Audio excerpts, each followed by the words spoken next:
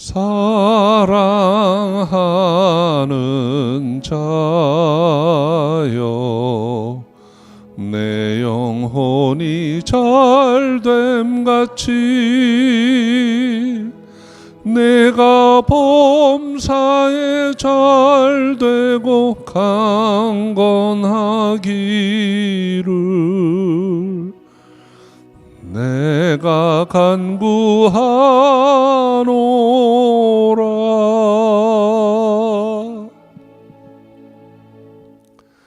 주님 감사합니다.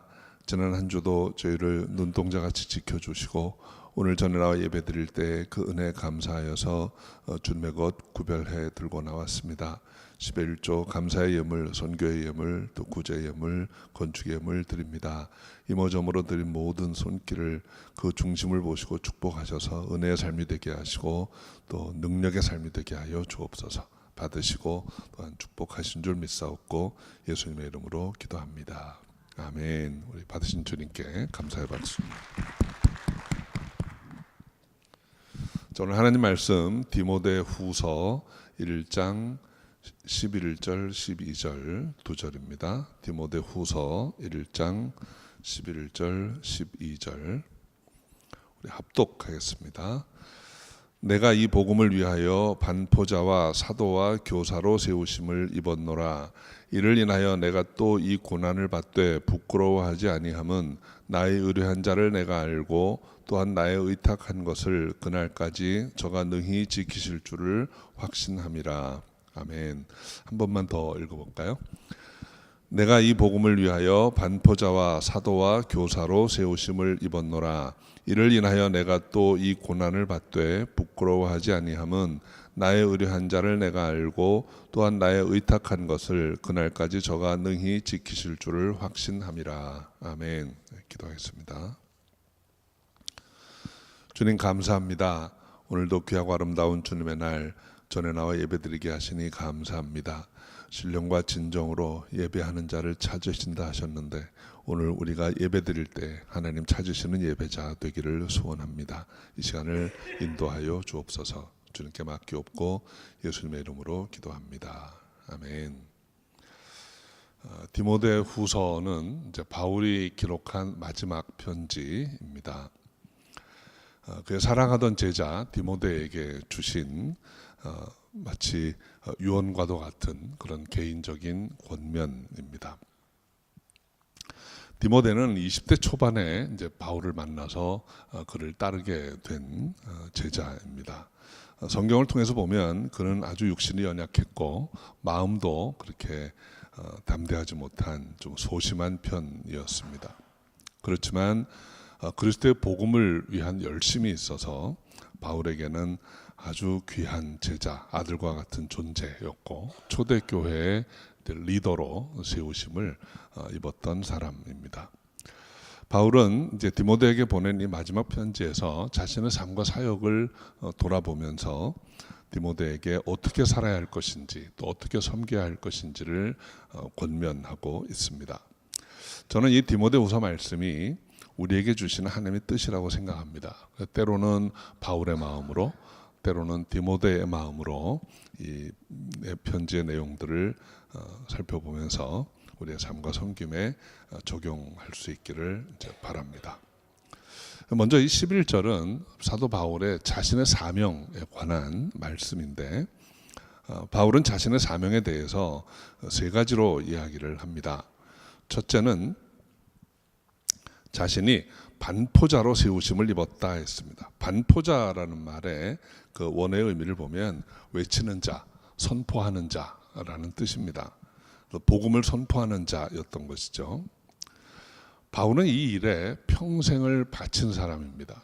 빌립보서 3장에 보면 바울은 주님을 만나기 전에 자신이 히브리인 중에 히브리인이요 바리새인이라고 했지만 또 열심이 특심이었던 자라고 했는데 그 열심이 율법에 대한 열심이었습니다. 그리고 겉으로 나타난 것은 그리스도를 부정하고 교회를 핍박하는 일에 열심히 있던 사람이에요. 그런데 주님을 만나고 난 후에 그가 다메섹 가던 길에 부활하신 주님을 만나고 난 후에는 삶의 방향이 180도 달라졌습니다. 자신은 핍박하던 예수, 자신은 핍박하던 교회를 오히려 이것이 생명의 길이라고 외치고 다니는 자, 반포자가 되었던 것입니다. 주님을 만난 후에 그의 삶은 율법 중심에서 그리스도 중심으로 바뀌었어요. 그래서 그리스도의 복음을 평생 동안 외치고 다녔던 사람인 것입니다. 두 번째로 그는 자신이 사도로 세우심을 입었다 했습니다. 바울은 자신이 그리스도의 사도라고 하는 분명한 인식이 있었어요. 사도라는 말의 그 문자적인 의미는 보내심을 받은 자라는 뜻입니다. 그 앞에 소유격이 나오면 그 소유격의 주체가 되는 분이 보낸 거예요. 그러니까 그리스도의 사도, 그러면 그리스도께서 보내신 자라는 뜻입니다. 바울은 자신이 그리스도의 사도라는 인식이 있었고 그리스도께서 자신을 보내셨다라고 굳게 믿고 있습니다. 그리고 그 보내심에는 반드시 보내신 분의 권위와 보내신 분의 주신 사명이 따르게 되어 있습니다. 그 바울은 그리스도께서 주신 권위를 가지고 그가 맡긴 이방 선교의 사명을 가지고 평생을 섬겼다라는 것입니다. 바울은 그리스도의 사도라고 하는 자신의 사명이 분명히 있었어요. 세 번째로 바울은 자신이 교사로 세우심을 입었다 했습니다. 사도 바울은 이방 지역을 다니면서 복음을 전했는데 그리고 그 전해진 복음을 듣고 사람들이 교회로 모였습니다. 그런데 바울은 전한 것으로 끝나지 않고 자신이 세운 그 교회를 찾아다니면서 그들을 다시 양육했어요. 교육을 하고 가르쳤습니다. 그리고 바울의 여러 서신들은 그 교사로서의 그의 사명과 사역을 잘 보여주고 있는 것입니다. 1세기 교회에 꼭 알아야 될 복음의 진리를 가르치고 또 어떻게 살아야 하는지를 양육했던 그런 내용들이 바로 이 서신서입니다. 그리고 그 서신서들 중에 백미가 바로 오늘부터 우리가 살펴볼 이 디모데 후서인 것이죠. 사도 바울은 자신이 복음을 위해서 반포자와 사도와 교사로 세우심을 받은 자라는 인식이 분명했습니다. 저와 여러분이 그리스도인으로서 믿음이 성숙한 분량에 이르기를 원합니다. 그리고 여러분이야말로 이 반포자와 사도 그리고 교사로 세우심을 받기를 또 주의 이름으로 축원합니다. 자, 이제 12절 말씀 또 함께 읽어보죠. 이를 인하여 내가 또 이 고난을 받되 부끄러워하지 아니함은 나의 의뢰한 자를 내가 알고 또한 나의 의탁한 것을 그날까지 저가 능히 지키실 줄을 확신함이라. 그리스도께서 바울을 반포자와 사도와 교사로 세우신 목적이 바로 이 복음입니다. 그런데 이 복음을 전하는 데 있어서 사도 바울이 때로는 고난을 받아야 했던 것이죠. 그래서 이 복음은 그리스도께서 바울을 세우신 목적이기도 하고 또 바울이 받았던 고난의 이유이기도 합니다. 그렇다면 이 복음은 도대체 바울에게 있어서 어떤 것이었기에 그의 사명을 감당하는 목적이기도 하고 또 그가 고난을 받았던 이유이기도 했을까요? 로마서 1장 16절에는 사도 바울이 이해했던 복음에 대한 정의가 나옵니다. 이 복음은 모든 믿는 자에게 구원을 주시는 하나님의 능력이라는 것입니다. 그렇기 때문에 바울은 이 복음, 이 구원의 복음을 온 세상에 다니면서 전하는 일에 자신의 삶을 드렸던 것입니다. 복음은 문자적으로는 좋은 소식입니다. 어떤 좋은 소식일까요? 우리는 모두가 다 죄인으로 태어나서 죄 짓고 살다가 죽게 되어 있습니다. 그리고 한 번 죽는 것은 사람의 정한 것이고 그 다음에는 심판이 있다고 했는데 죄인으로 살다 죄 짓고 죽은 사람의 심판 자리에 서게 되면 우리는 다 멸망할 수밖에 없는 존재입니다.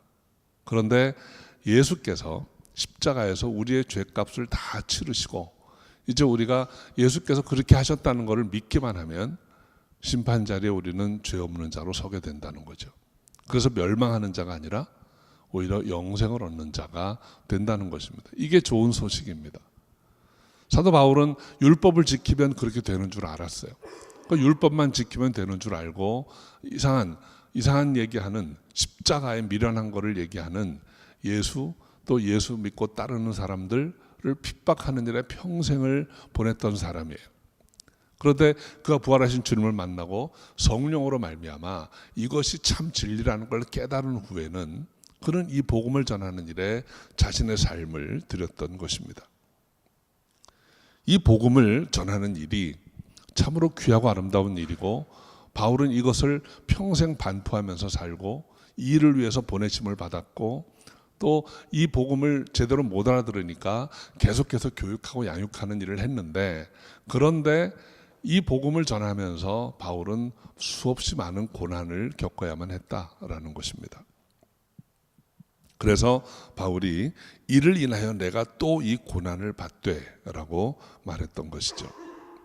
이 귀한 소식, 이 좋은 소식을 전하는 일을 바울이 평생 했는데 그에게 돌아온 것은 상급도 편안한 삶도 아니고 고난이었다는 거예요. 그리고 그 고난은 차마 말로 다 할 수 없는 것이었습니다. 바울은 이 서신을 마치는 그 디모데후서 4장에 보면 자신의 평생의 삶을 선한 싸움이었고 아주 외로운 길이었다라고 고백합니다. 그런데 중간에 고린도에 보낸 편지에 보면 그의 고난이 어떠한 것이었는지를 아주 구체적으로 설명하고 있어요. 그가 겪어야 했던 고난은 죽도록 맞는 일, 돌로 침을 당해서 거반 죽기도 하고, 배가 파선해서 바다에서 며칠을 보내기도 하고, 길에서 강도를 만나기도 하고, 사나운 짐승에 쫓기기도 하고, 그런 많은 차마 다 말할 수 없는 그런 어려운 고난들을 겪어야만 했다는 것입니다. 지금 이 디모데후서를 쓰고 있는 이 순간에 그는 로마의 감옥에 있었어요. 어떤 감옥이었는지 아직도 바울이 갇혀 숨직한 그런 감옥의 형태가 로마에 남아 있습니다. 가보면 그냥 천장에 구멍 하나 뚫린 지하 감옥이에요.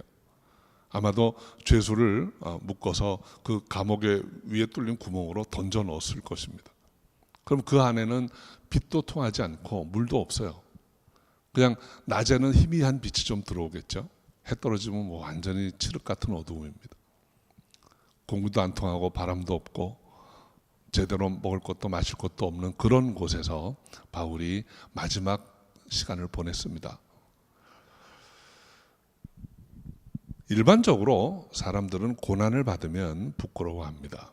왜냐하면 고난은 대개 나의 실패의 결과이든지 혹은 죄의 대가로 받게 되는 것이기 때문이죠.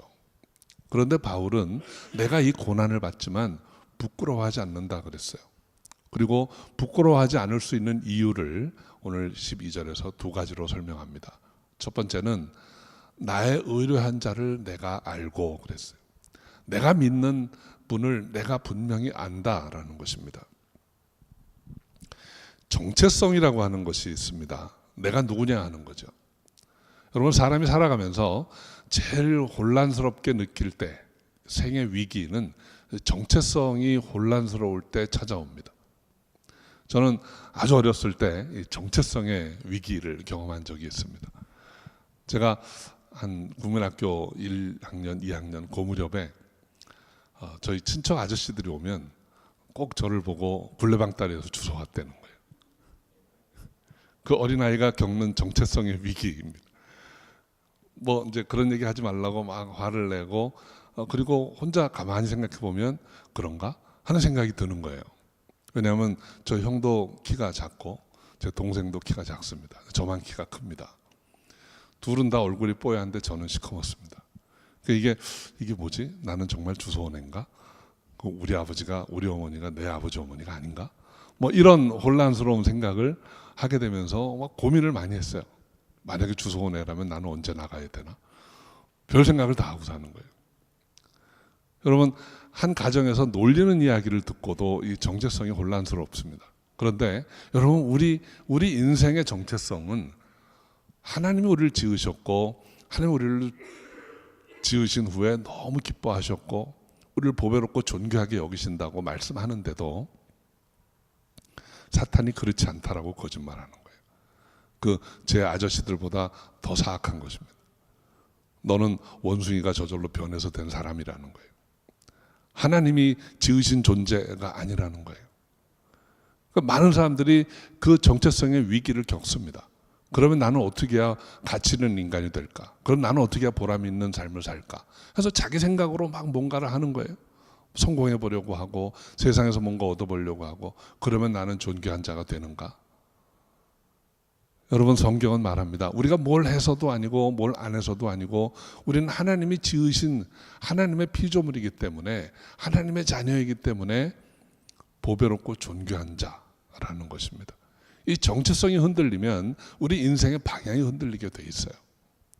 사도 바울은 이게 분명했던 사람이에요. 나의 의뢰한 자를 내가 알고, 내가 믿는 주를 내가 분명히 안다는 거예요.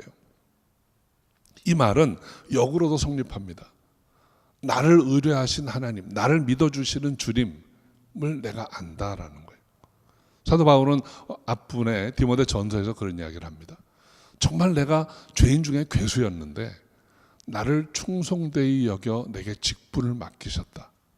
내가 그 주님을 안다는 거예요.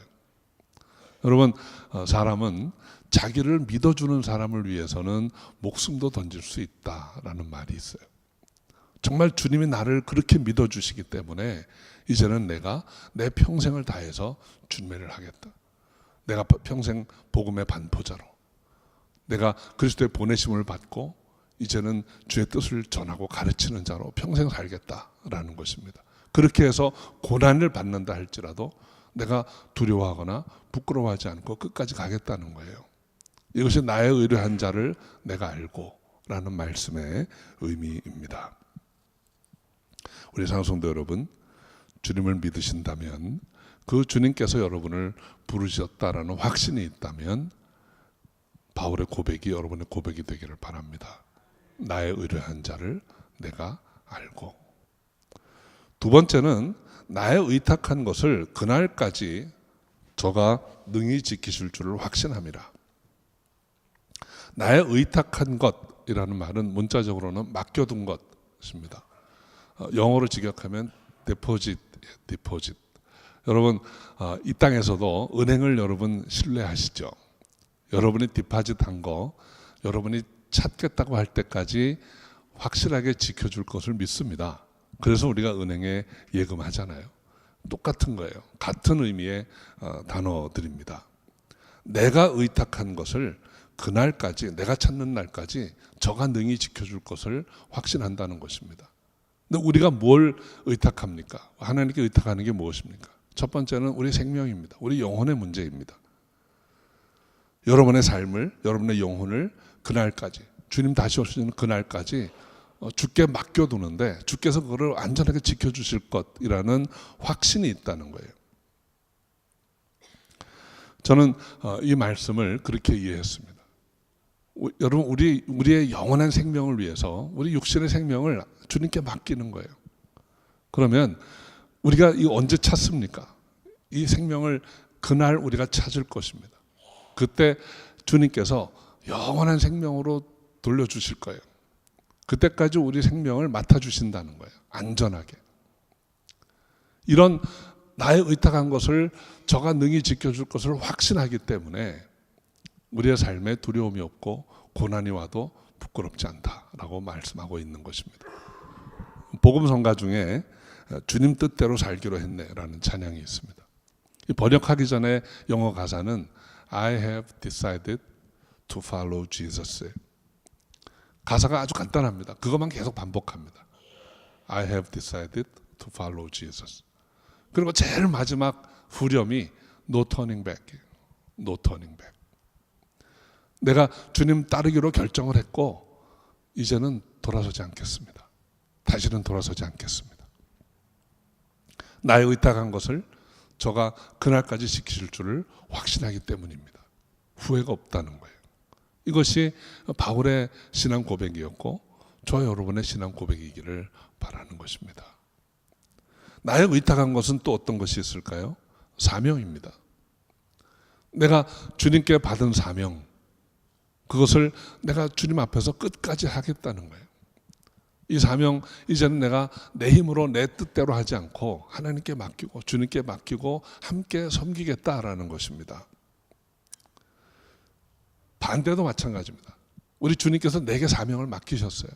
근데 그 사명, 내가 이 땅에 사는 날 동안, 이 감당하는 동안 하나님께서 나를 눈동자같이 지켜주신다는 거예요.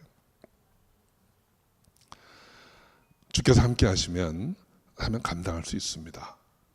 그리고 사명이 있는 사람은 그 사명 감당할 때까지 주께서 눈동자와 같이 지켜주십니다. 고난이 있어도 그 고난이 끝이 아니라는 것을 주님께서 증거해 주세요.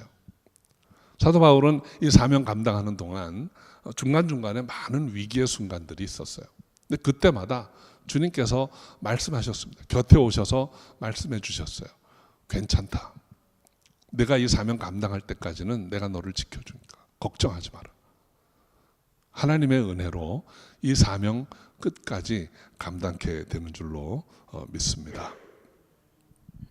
저 여러분의 삶에 이 신앙 고백이 있기를 바랍니다. 우리가 살다 보면 어려운 시간 겪을 수 있습니다. 특히 그리스도의 복음을 전하고 또 복음대로 살려고 애를 쓰다 보면 고난이 있을 수 있다는 거예요. 근데 그 고난은 복음 때문에 겪게 되는 고난은 우리가 부끄러워할 것도 아니고 창피할 일도 두려워할 일도 아니라는 것입니다. 왜냐하면 바울이 고백한 것처럼 나의 의뢰한 자를 내가 알고 나의 의탁한 것을 그날까지 저가 능히 지키실 줄을 확신하기 때문이다라는 것이죠. 우리에게 의미 있는 삶이 과연 어떤 것일까요? 여러분 각자가 다 설명할 수 있는 방법이 있고 사람마다 삶의 방향이 조금씩은 다를 수도 있을 것입니다. 그러나 중요한 것은 하나님이 우리에게 주신 1차적인 사명이 같은가 하는 것입니다. 우리가 그리스도의 증인으로 사람을 하는 업으로 살아가느냐 하는 것입니다. 우리가 무슨 일을 어떻게 하며 살아가느냐 그거 중요하지 않아요. 무슨 일을 하는가, 내가 얼만큼 잘했나 중요하지 않습니다. 정말 중요한 것은 내가 왜 그 일을 하느냐예요. 무엇 때문에 그 일을 하느냐 하는 것입니다. 중요한 것은 오늘 우리의 모습이 어떤가가 아니고 그날에 내가 어떤 모습으로 주님 앞에 서게 될 것이냐라고 생각을 합니다. 그러니까 오늘 우리의 삶에 일어나는 많은 일들을 여러분 그날의 관점으로 볼 수 있어야 돼요. 근데 많은 경우에 우리는 오늘의 관점으로 그날을 생각합니다. 그러면 대부분은 잘못된 관점일 수밖에 없어요. 여러분 그날의 관점으로 오늘을 볼 수 있는 그런 저와 여러분 되시기를 바랍니다. 우리는 내일 일 모릅니다. 한 치 앞도 모릅니다. 한 달 뒤에 1년 뒤에 어떤 일이 일어날지 모릅니다. 그러나 분명히 아는 것은 그날에 일어날 일이에요. 그러니까 여러분 아브라함이 하나님의 부르심을 듣고 갈 때 내가 어느 길로 해서 어떻게 갈지 알고 간 거 아닙니다. 그러나 하나님의 부르심은 반드시 좋은 곳으로 날 인도할 것이라는 믿음이 있었기 때문에 내일 일을 몰라도 발을 뗄 수 있었던 거예요. 그날의 관점으로 우리의 인생을 돌아볼 수 있는 저러분 되시기를 바랍니다. 우리 사랑성도 여러분, 저 여러분이 정체성이 분명한 삶을 살아갈 수 있기를 바랍니다. 우리는 하나님의 자녀입니다. 우리는 그리스도께서 부르시고 그리스도께서 사명을 주신 그리스도인입니다. 이 그리스도인의 삶이 이 땅에서도 늘 평안하고 좋은 일만 있다라고 성경이 말하지는 않아요. 때로는 어렵고 힘든 일도 있습니다. 그러나 우리가 그리스도인으로 살아가기 때문에 겪어야 하는 일이라면 그것을 부끄러워하지 않고 담대히 맞서 나가시기를 바랍니다. 그것은 바로 우리의 의뢰한 자를 분명히 알고 우리의 의탁한 것을 주께서 그날까지 지켜주실 것을 확신하기 때문입니다. 이 믿음의 고백이 저와 여러분의 고백이 되기를 바랍니다. 그래서 우리가 주님 뜻대로 살아감으로 주님께 영광 돌리고 나아가는 저와 여러분이 다 될 수 있기를 주의 이름으로 축원합니다. 기도하겠습니다. 아버지 하나님, 바울을 복음의 반포자로 그리스도의 사도로 또 교사로 부르신 그 은혜가 우리에게도 똑같이 임하기를 원합니다. 우리가 복음의 반포자로 그리스도께 보내심을 받은 자로 또 어린 양들의 교사로 살아가기를 원하나이다. 그 삶 가운데 때로 어려움이 오고 고난이 와도 나의 의뢰한 자를 내가 알고 나의 의탁한 것을 주께서 그날까지 지킬 줄을 확신하기에 담대히 나아가며 하나님께 영광 돌릴 수 있기를 소원합니다. 오늘 이 말씀이 우리에게 힘이 되고 능력이 되기를 원합니다. 받아 주시옵소서. 예수님의 이름으로 기도합니다. 아멘.